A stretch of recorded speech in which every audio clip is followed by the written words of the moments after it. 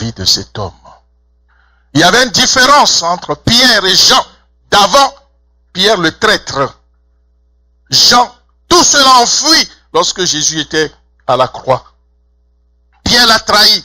Mais les choses ont changé, n'est-ce pas? Les choses ont changé dans la vie de Pierre et Jean. Ils sont devenus une nouvelle création. Et alors ils sont montés. Dieu t'attend dans une dimension. Dieu n'est pas dans les bas niveaux, s'il nous plaît. Amen.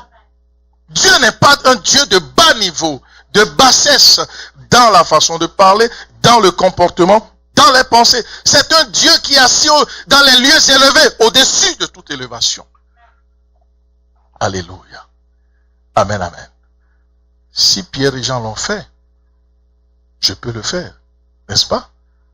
Si Pierre et Jean l'ont fait, tu peux le faire. Ils ont été complètement transformés. C'est là la clé de la transformation. Alléluia.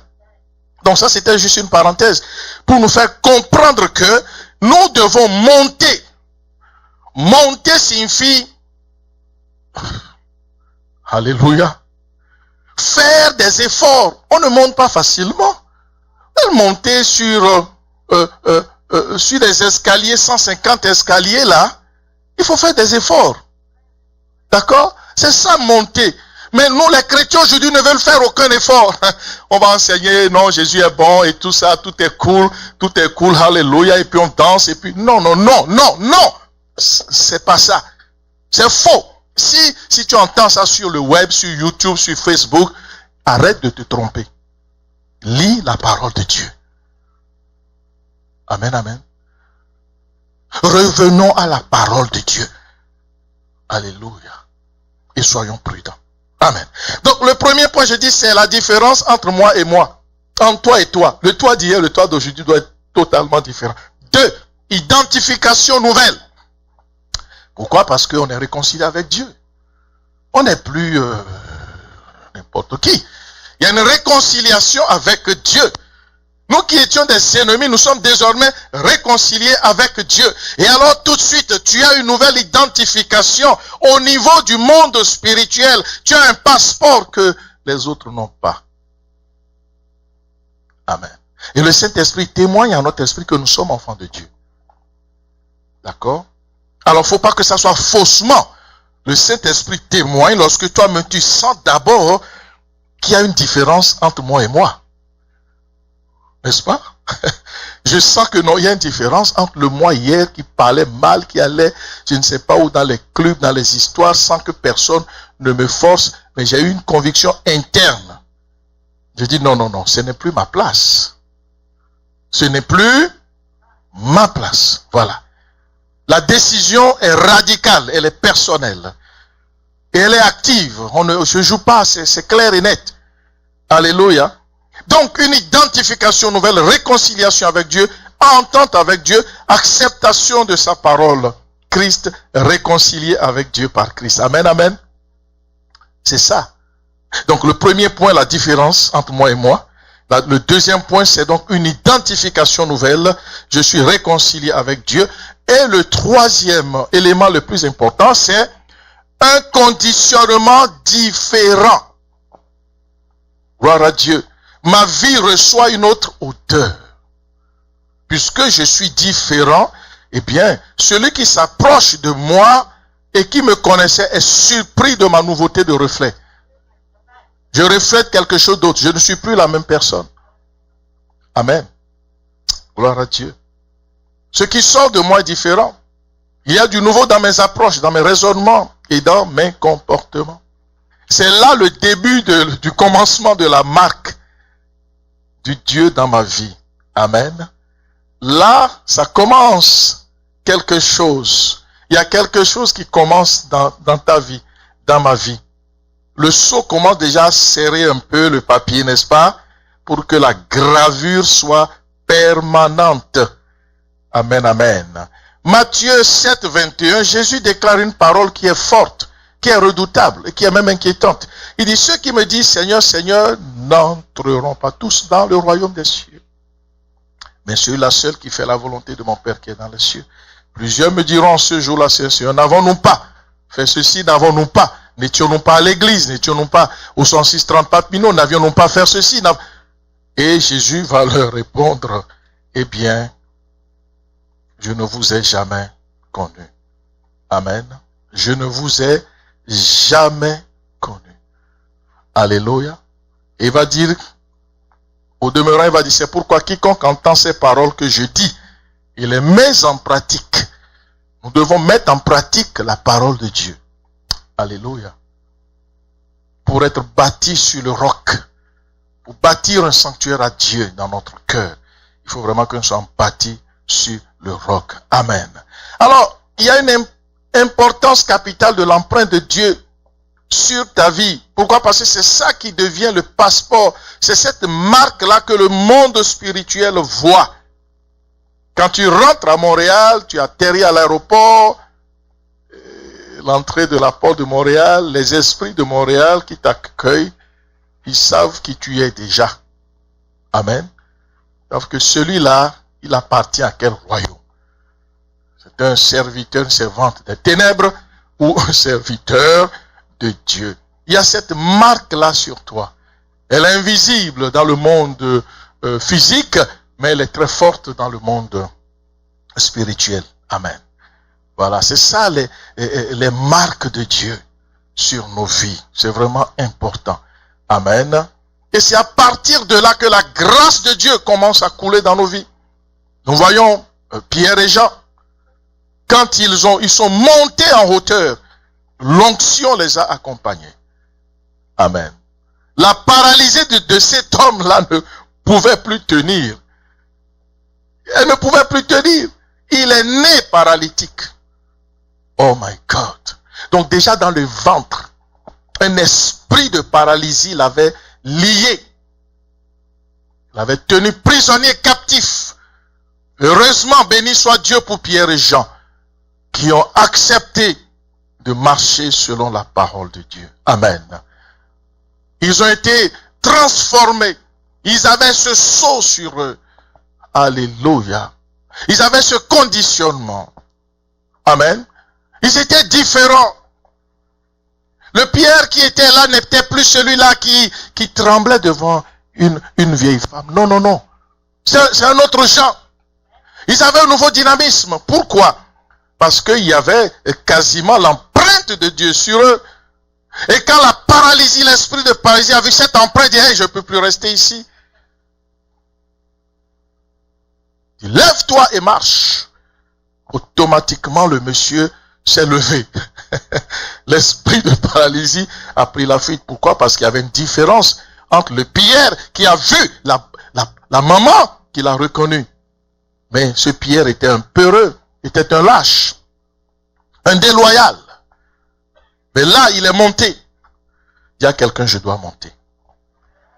Il y a une autre personne, nous devons monter. Amen. Parce que Pierre et Jean étaient ensemble et ils sont montés. Que le nom du Seigneur soit béni. Alors dans 1 Corinthiens 4, verset 1, je répète ce passage, c'est important que cela soit gravé. Vous allez voir qu'au temps de la réforme, il y a des messages qui reviennent. Pourquoi? Parce que ça prend la gravure sur nos cœurs. D'accord?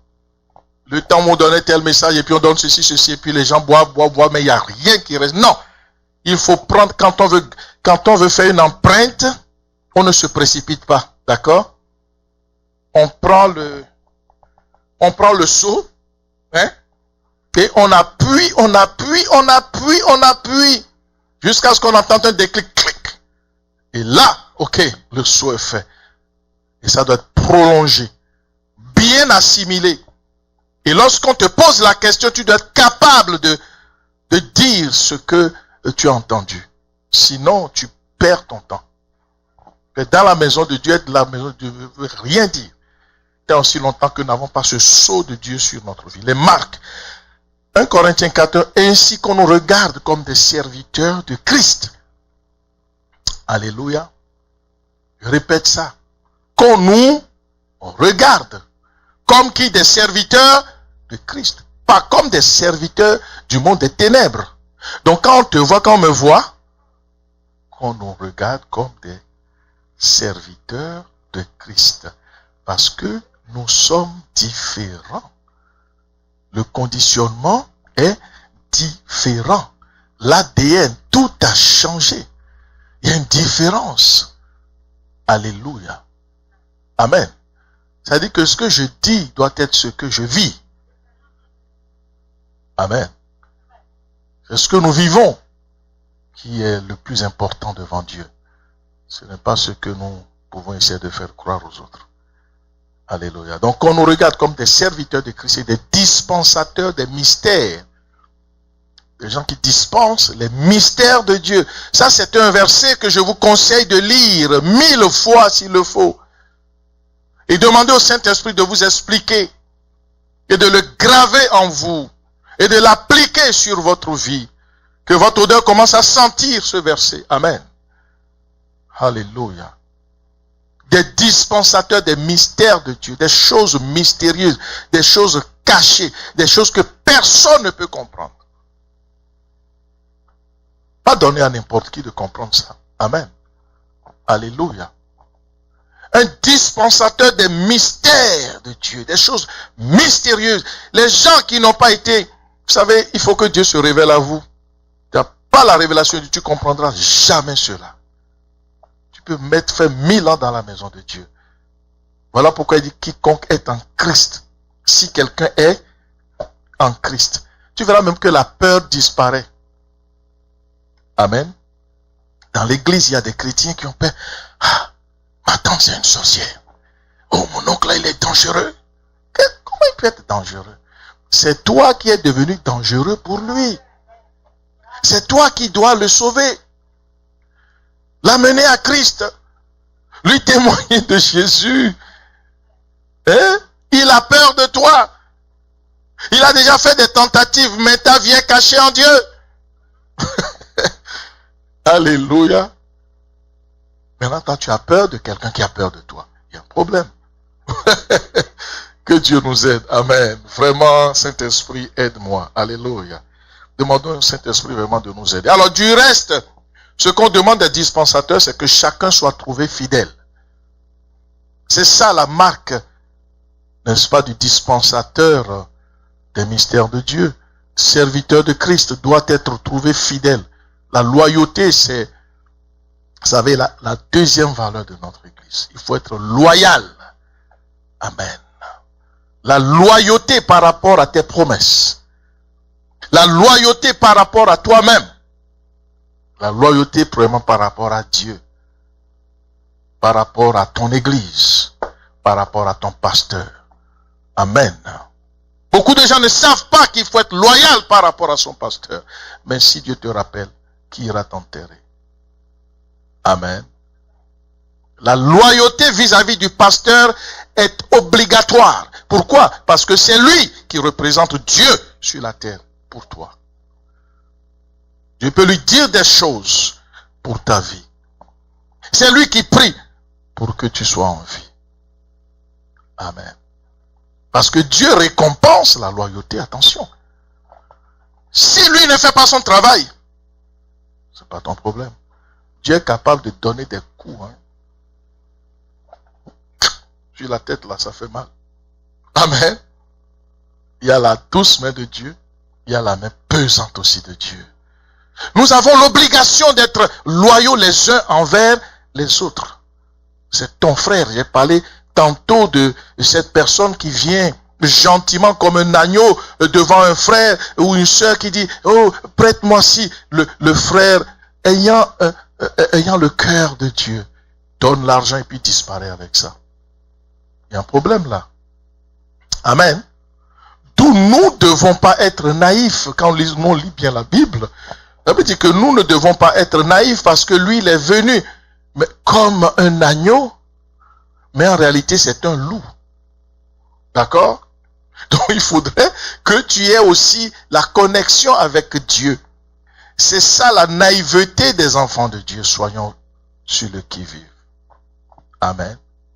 Lorsque quelqu'un vient me voir, il vient te voir, tu dois prier.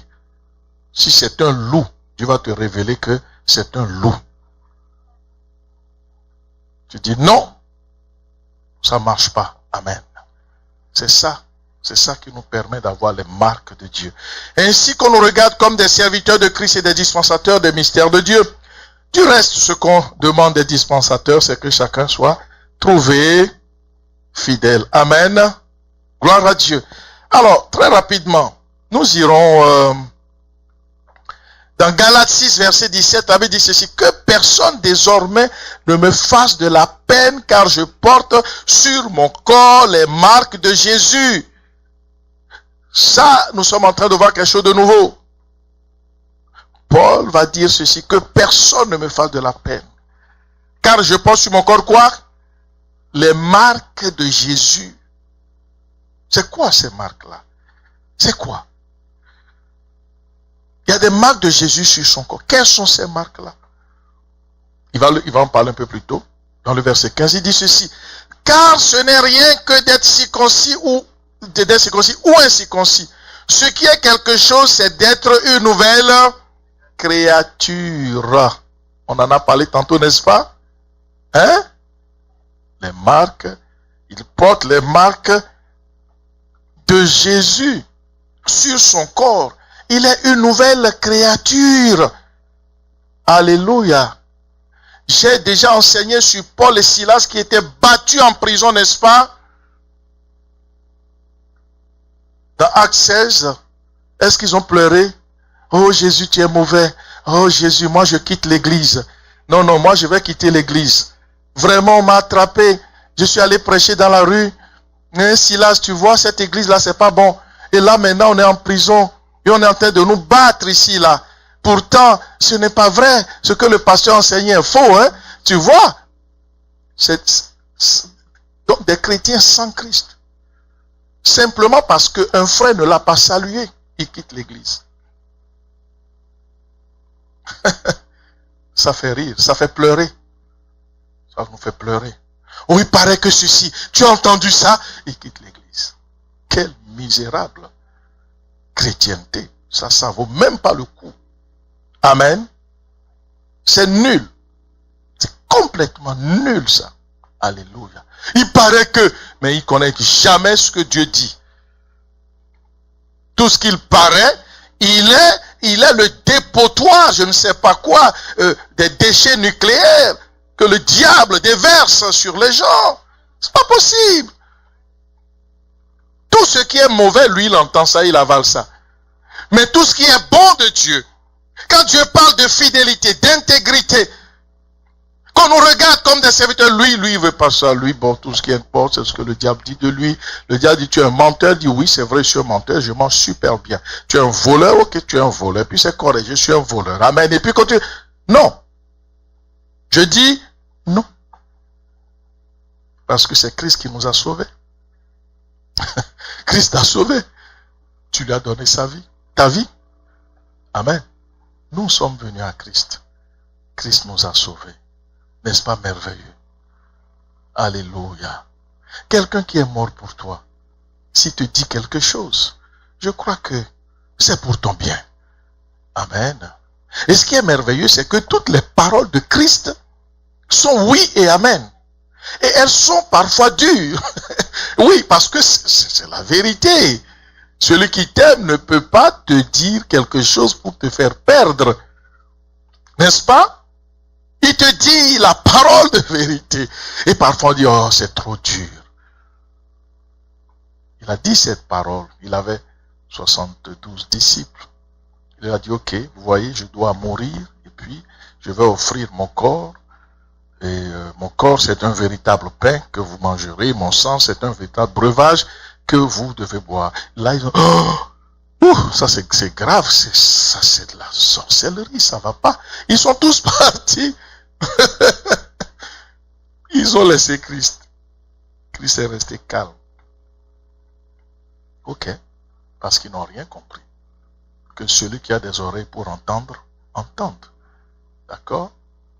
Christ devait les laisser parce que s'ils étaient de la génération des gens qui allaient persévérer, ils ne partiraient pas. Amen. Il y a une génération qui appartient à Dieu. Une génération qui est convertie, qui est en Christ. Celle-là, nul ne peut les arracher parce qu'ils sont en Christ. Il faut d'abord tuer Christ avant de les prendre. Tu ne peux pas. Impossible. Amen. Donc, Paul va dire qu'il est scellé des marques de Jésus. Donc, il n'y a rien à voir être circoncis ou incirconcis. Ce qui est quelque chose, c'est d'être une nouvelle créature, une nouvelle création. Et c'est de ça qu'on est en train de parler. Donc, il y a quelque chose qui est venu casser, n'est-ce pas, le temps, qui a fait une brisure entre le toi d'hier et le toi d'aujourd'hui. Entre le moi d'hier et le moi d'aujourd'hui. Entre le moi qui a accepté Jésus, qui marche avec Jésus, et ceux-là qui renient encore le Seigneur.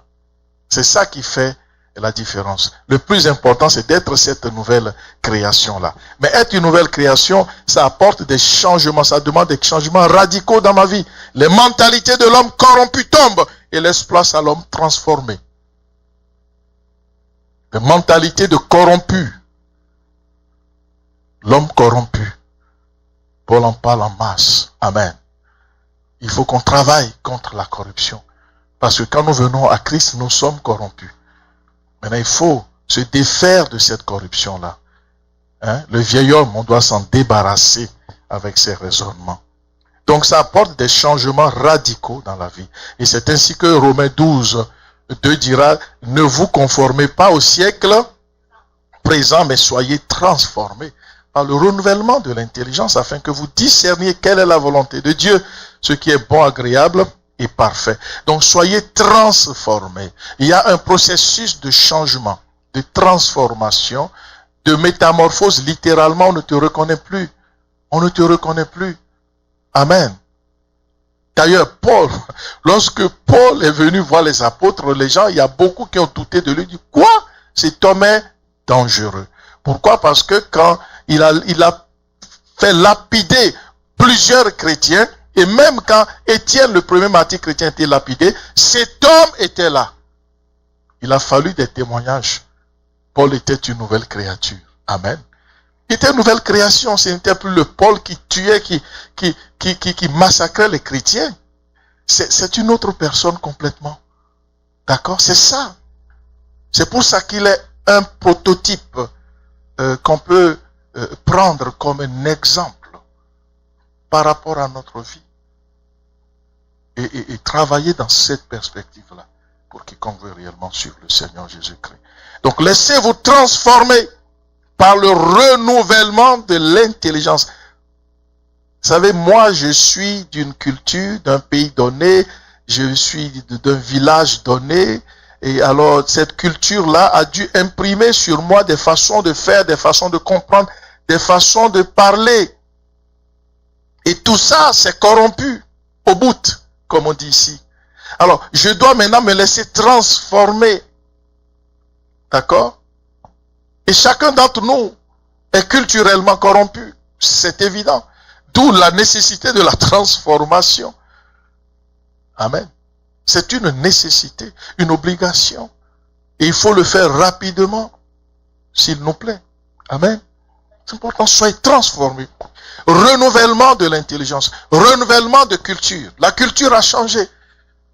On est dans l'église, mais on continue d'avoir des pensées ténébreuses. Non, c'est terminé. C'est fini. Parce que je suis en Christ. Je suis une nouvelle création. Les choses anciennes sont passées. Et voici, toutes choses sont devenues nouvelles. Donc, je suis transformé par le renouvellement de l'intelligence dans le but de discerner la volonté de Dieu. Amen. La transformation me permet de savoir, oui, ça Dieu le veut, ça Dieu ne le veut pas.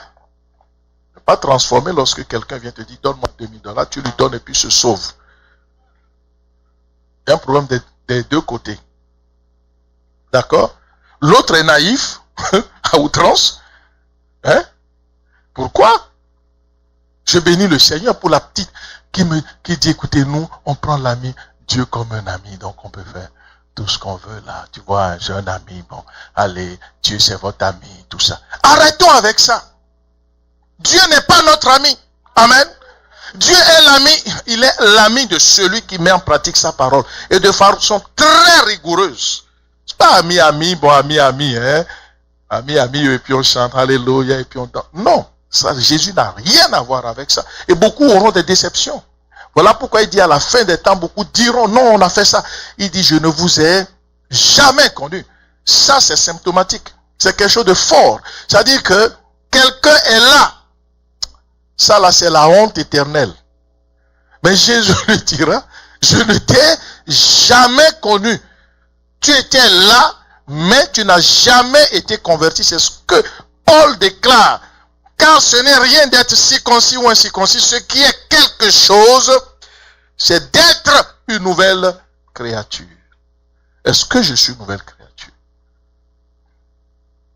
Ça, c'est une belle question. Amen. L'Église a besoin de la réforme. Attention. Attention. Vous allez voir un vent de réforme sur toute la terre. C'est évident. Oui. L'Église a besoin d'une réforme profonde.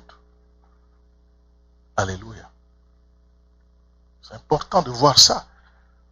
Quand vous avez l'Esprit du Seigneur, vous-même, vous le sentez. Que oui, j'ai besoin d'être réformé.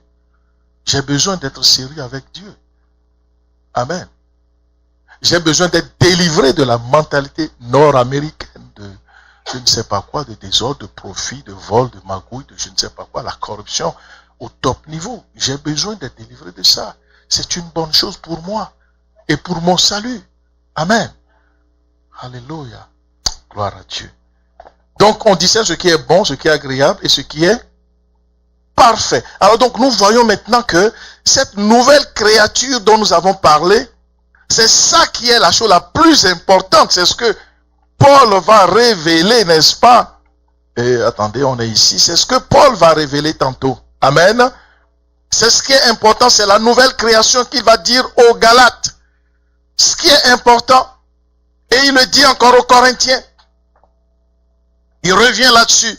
Donc nous voyons que la différence dont nous avons parlé est importante. Amen. En toi et les autres. En toi et toi. D'accord? Il faut aspirer à ce qui est supérieur et à ce qui est inférieur. Voilà ce que, humblement, j'ai observé dans nos églises. Ça, je vous le dis, hein, j'ai parcouru les églises en Europe, en Afrique, en Amérique latine, pas encore. Amen. J'ai été en Dominique 2 fois, on a prêché là-bas aussi, c'est vrai. Mais je peux vous dire que ce que nous observons en général, c'est que l'église est nivelée vers le bas. Malheureusement. Malheureusement. Globalement, c'est ça. C'est-à-dire que les gens voient quelqu'un faire le mal et puis eux aussi le font. Et moi aussi. Il est venu en retard. Ah, ok, c'est bon. Moi aussi. Et dimanche prochain, je viens en retard. Je dis, je dis attends, il y a un problème. Il y a un problème. Quelqu'un a échoué à l'école. Tu dis, moi aussi, je vais échouer à l'école. Et là, on est sur le chemin de l'abattoir. Comme des moutons. C'est dangereux cette affaire-là. Niveler vers le bas. Écoutez, d'abord, il faut que toi-même tu reformules ton caractère. Amen, amen. Fais-toi un caractère. Recherche ce qui est bon. Recherche ce qui est meilleur. Afin que vous nous discernions ce qui est bon, agréable et parfait. Il y a une gradation. Quand quelqu'un est en Christ, vous voyez que il monte, il ne descend pas. C'est un paramètre qui nous prouve que l'église doit être réformée. Je ne parle pas de la plénitude. Je parle de l'église en général. Ce qui s'appelle l'église du réveil, où tout le monde saute, où tout le monde danse, et où tout le monde est nivelé vers le bas, c'est grave. C'est grave. C'est pas les pianos, on chante bien, les chanteurs viennent et puis on chante et puis voilà les CD et puis ça va et tout. Mais en temps, on est dans le désordre absolu et on se complaît. Non, il faut que quelque chose bouge. Amen. Il faudrait que dans ta conscience, tu sois tranquille. Que tu dormes en paix. Amen. Que tu dormes en paix. Mais alors si quelqu'un arrive à dormir en paix, alors qu'il n'est pas en accord avec Dieu, qui s'assure qu'au dernier jour, Christ risque de lui dire, je ne t'ai jamais connu, n'est pas une nouvelle créature. Amen. Et les choses anciennes ne sont pas encore passées. Que le Seigneur nous fasse grâce. Alléluia. Donc, as-tu les marques de Dieu dans ta vie, comme Paul l'a dit? Est-ce que j'ai les marques de Dieu? Est-ce que j'ai abandonné les choses qui étaient chères à cause de Dieu? Il y a des choses qui nous étaient chères dans le monde. À cause de Dieu, on doit les abandonner. D'accord? C'était cher, on était attaché à ça, c'était notre vie. Mais maintenant, on doit se séparer de ça parce que ça n'arrange pas du tout notre relation avec Dieu. Amen. Parfois, on va dire Dieu comprend. C'est Dieu qui va te comprendre, c'est toi qui vas comprendre Dieu. Ça, c'est quand même bizarre. On a des raisonnements tellement tordus que c'est un niveau de corruption gravissime. Dieu me comprend. Donc je fais le mal et puis Dieu me... C'est écrit déjà dans le ciel que cette personne n'entrera jamais au ciel. Si tu oses dire des choses comme ça, Dieu te comprend. Dieu te comprend. Dieu ne comprend que son langage. Amen. Tu connais le chinois. Si quelqu'un commence à te parler chinois, mais est-ce que tu vas comprendre? Comment tu dis que Dieu peut te comprendre? Dieu ne comprend pas le chinois.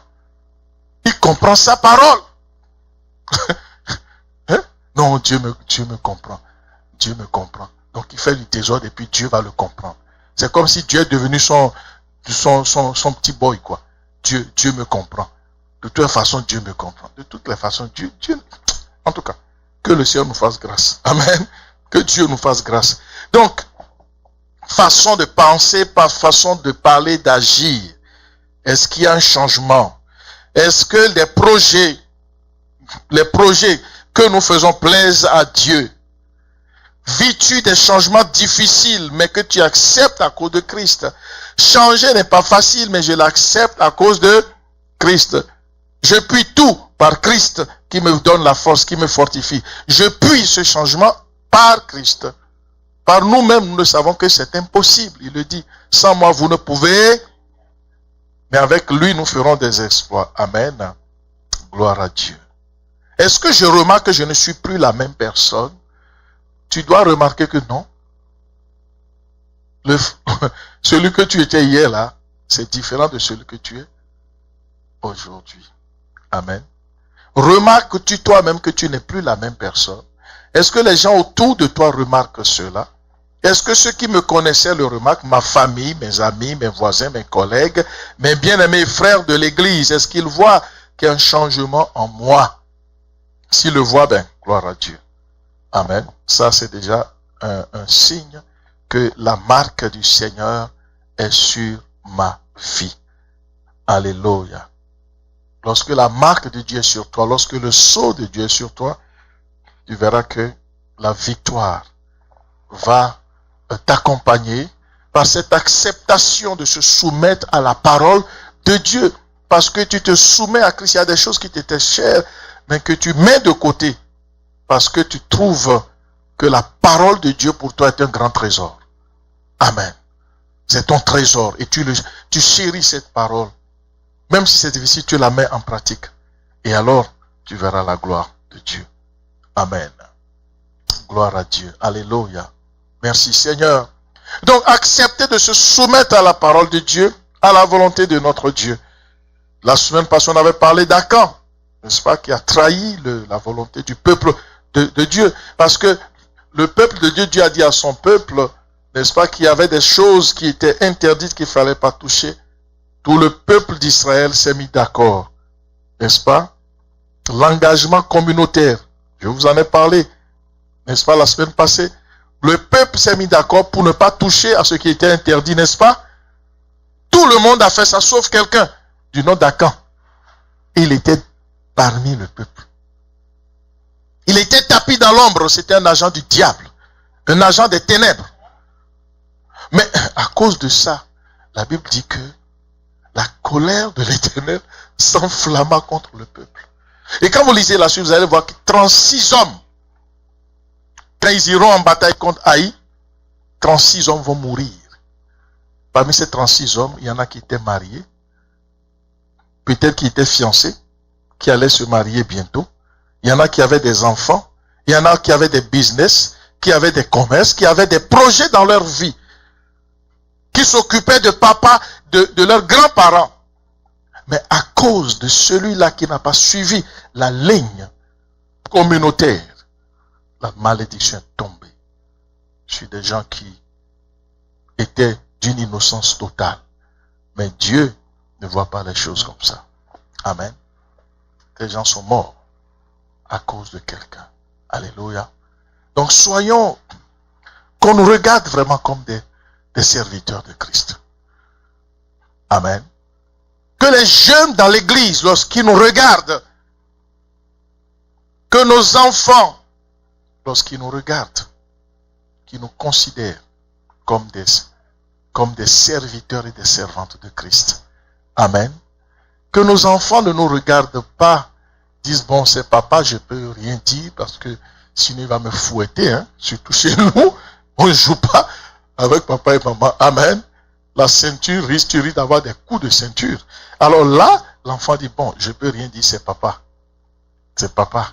Mais en réalité, je sais que la façon dont il parle là, c'est fake. À l'église, il danse, il chante, il fait tout. Mais à la maison, je sais que celui-là, il dit pas les choses comme il faut. Faut que les gens, les jeunes, nos enfants, les tout petits, hein, les Mia, les Nikos et toute cette gang-là, et ceux qui sont plus grands là, quand ils nous voient là, ils diront oui. Tel papa, quand il parle de Jésus, je suis fier parce que moi aussi je vais suivre Jésus. Amen. C'est ça la vraie vie chrétienne. Ça ne sert à rien de faire semblant. Moi, j'aime pas faire semblant. Ça ne sert à rien. Il faut que tu fasses ce que il faut choisir un camp. Amen. Choisissons notre camp. Si c'est Jésus, Jésus. Si ce n'est pas Jésus, laissons Jésus carrément. Retournons dans le monde. Il y a plein de gens dans le monde. Amen. Chacun choisit son camp. Et comme ça, nos enfants ne seront pas confondus. Alléluia. Ils ne seront pas dans la confusion. Ils seront dans le vrai chemin. Alléluia. Quand le jeune homme là va nous donner le témoignage, il y a plein de gens, de jeunes dans les prisons à Rivière-des-Prairies. Présentement, il est devenu évangéliste dans une prison. Dans les prisons. Pourquoi? Parce que beaucoup de ses camarades qui n'ont pas eu sa grâce et qui étaient nés dans l'église. Écoutez bien là, ok? L'affaire est grave. D'accord? Est-ce que les pasteurs prêchaient pendant ce temps? Oui. Hein? Quelle parole ils prêchaient? Vous allez voir la Sainte Bible. Couverture noire, très belle. Écrite en or. La Sainte Bible. Mais entre-temps, les comportements ne sont pas sains. Ça ne marche pas. Non. Il faut qu'on se dise les quatre vérités. Il est devenu évangéliste dans la prison. Parce qu'il a beaucoup de ses amis qui ont dérouté à cause des comportements des faux chrétiens. Qui ont comme investi l'église.